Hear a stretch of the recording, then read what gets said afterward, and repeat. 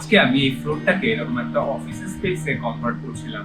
তো আমার মনে হলো অফিস ইন্টেরিয়র নিয়ে কিছু বিষয় আসলে আমাদের কথা বলা উচিত।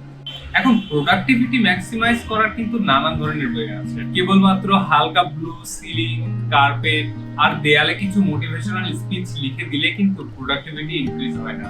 ন্যাচারাল লাইট এক্ষেত্রে খুবই ইম্পর্টেন্ট, কিন্তু তার সাথে অবশ্যই এক্সট্রা লাইট খুবই জরুরি। অফিসে লাইটের একটা মেজারেবল রেঞ্জ রয়েছে, যেটা 300 থেকে 500 লাক্সের ভিতরে হয়ে থাকে। অর্থাৎ 500 লাক্স যদি আমরা ডেস্কে পেয়ে থাকি, তাহলে অন্যান্য স্পেসে 300 লাক্স এনাফ। লাইট নিয়ে রিসেন্ট টাইমে বেশ ভালো কিছু সলিউশনস দেখতে পাচ্ছি। নানান ভেরিয়েশনের লাইটস আছে বাজারে। অফিসে আসলে ওয়ার্ম এবং কুল, অর্থাৎ একটু ধবধবে সাদা আবার একটু হলদেটে সাদা আলো, দুটো অপশনই থাকা কিন্তু খুবই জরুরি। প্রত্যেকটা অফিসের কিন্তু একটা নিজস্ব ওয়ার্ক কালচার থাকে। কোনো অফিসে একজন বস থাকে, তার নিচে বেশ কয়েকজন ম্যানেজার থাকে, প্রত্যেকটা ম্যানেজারের আন্ডারে আবার কিছু এক্সিকিউটিভ অফিসার থাকে। এইরকম স্ট্রাকচারের অফিসগুলোকে বলা হয় vertical structure.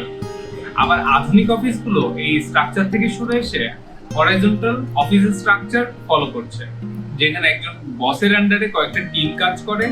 টিমগুলো time to time বা প্রজেক্ট বেসিসে মেম্বার শাফল করে থাকে। অফিসের লেআউট করার আগে তাই প্রয়োজন অফিসের ওয়ার্ক কালচারটাকে বোঝা, তাদের ভিশন কি, অফিসটা থেকে তাদের প্রত্যাশা কি। আমাদের এই অফিসটার ওয়ার্ক কালচার কিন্তু অনেকটা হাইব্রিড হচ্ছে। চেয়ারম্যান, এমডি, ম্যানেজার, এমপ্লয়িজ এবং তাদের মধ্যেও কাজের ভিন্নতা অনুযায়ী রয়েছে আলাদা আলাদা রুমের চাহিদা। এছাড়াও silent room, board meeting room সহ নানান ধরনের অক্সিলারি ফাংশন গুলো কিন্তু এখানে কাজ করছে। এটা প্রপার অফিসের জন্য আসলে একটা ওপেন ফ্লোর প্ল্যান খুবই জরুরি। এতে ডিজাইনের জন্য নানান ফ্লেক্সিবিলিটি পাওয়া যায়। যদিও আমরা চাইলে নন লোড বিয়ারিং ওয়ালগুলো ভাঙতে পারতাম, তারপরেও আমি মিনিমাম ইন্টারভেনশনের পক্ষে। তাই বিভিন্ন লেআউট টেস্ট করার পর এই লেআউটটাকে বেশি প্র্যাকটিক্যাল বলে মনে হলো। যেখানে রিসিপশন থেকে যত দূরে যাওয়া যায় প্রাইভেসি লেভেল তত বাড়তে থাকে। রিসিপশন থেকে যত দূরে যাবে তত আমরা সিঙ্গেল রুম গুলো দেখতে পাবো। তাছাড়া এখানে সিঙ্গেল রুম গুলো প্রত্যেকে আলাদা আলাদা একটা করে ওপেনিং পাচ্ছে, এবং সৌভাগ্যবশত আমাদের যে মাঝখানের যে ওপেন এরিয়াটি রয়েছে সেখানে কিন্তু প্রচুর ওপেনিং রয়েছে। অফিসের সিলিং বিভিন্ন রকম হতে পারে, তবে আমার মনে হয় অফিসের সিলিং একটু নিট হওয়াই ভালো। একেবারে ওপেন সিলিং হলেও কিন্তু খারাপ হয় না, তবে সেক্ষেত্রে এসি ডাক, ফায়ার স্প্রিংকলার থেকে শুরু করে সবকিছুই কিন্তু ডিজাইন ওয়েতে হতে হবে। অফিসে সবসময় রেগুলার একটা ব্যাপার দেখবেন যে হাঁটতে হাঁটতে একজনের সাথে আরেকজনের ধাক্কা লাগার উপক্রম হয়, কারণ অফিসে নানান ধরনের গেস্ট আসে। কেউ নতুন, কেউ আজকে প্রথম এসেছে, কেউ বা ইন্টারভিউ দিতে এসেছে, আবার কেউ বস। সবাই যেন তার নিজ নিজ গন্তব্যে সহজেই খুঁজে পায়, এজন্য মার্কিং থাকা কিন্তু খুবই জরুরি। এটা বিভিন্ন স্টাইলের হতে পারে। এগুলোর সব কালার, টেক্সচার, ম্যাটেরিয়াল সবকিছুই কিন্তু ডিপেন্ড করছে ওই অফিসটার উপর।